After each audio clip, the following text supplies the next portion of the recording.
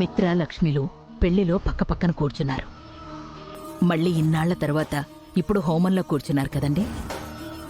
అవునరవింద, ఈ హోమం చూస్తుంటే నాకు వాళ్ల పెళ్ళే గుర్తొస్తోంది.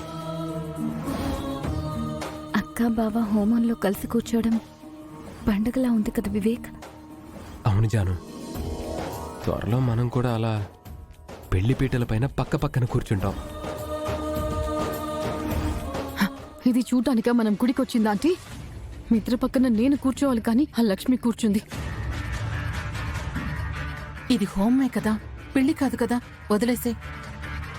ఆ పెళ్లిలో కూడా 2 సార్లు లక్ష్మియే కూర్చుంది కదా. ముచ్చటగా 3వసారి మిత్రతో నీకే ముడిపడుతుంది. ఓపిక ఉండు.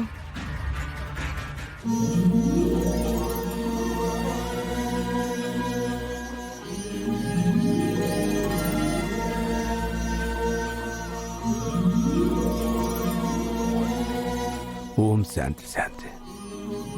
హోమం నిర్విఘ్నంగా ముగిసింది. నేను ఎన్నో హోమాలు చేశాను, ఎన్నో యజ్ఞయాగాదులు చేయించాను, కానీ ఇలాంటి హోమం ఇంత బాగా జరగటం ఇదే మొదటిసారి.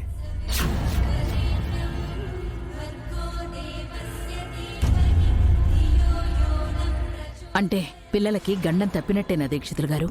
గండాలు ఉంటాయమ్మా, వాటి నుంచి కాపాడుకోవడానికి లక్ష్మి జాతకంతో పాటు ఈ హోమ ఫలితం కూడా తోడవుతుంది.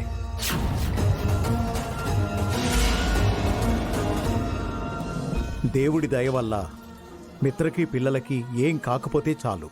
దైవాన్ని నమ్ముకుంటే ఆ నమ్మకం ఎప్పటికీ ఒమ్ము కాదు. ఇక అంతా శుభమే జరుగుతుంది. శుభం భూయాత్.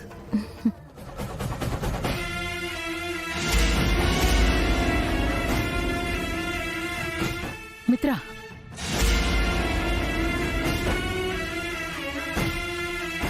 నాన్న నాన్న